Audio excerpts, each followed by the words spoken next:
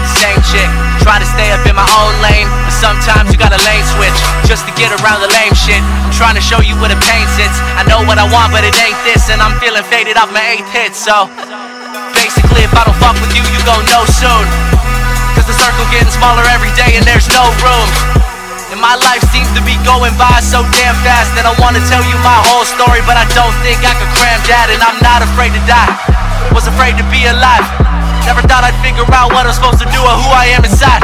Plus my mom worries, shit is stressful. Smoking got my ass so forgetful. Like you, man, I just wanna be successful, and trust issues got me so resentful. I don't fuck with feelings, nah, I'm just here to do my job. I'm just here to make a couple million and live it all up with my squad.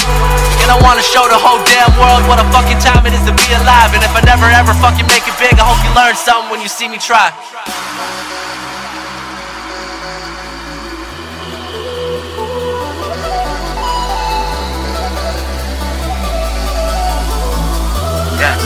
Yeah. She say she's so in love, I think she off the pill. Had like 20 too many, tonight we had like no chill. I'm so fucked up, I know, you told me plenty times. Girl, it's like 4:25, please don't fuck up my vibe, no.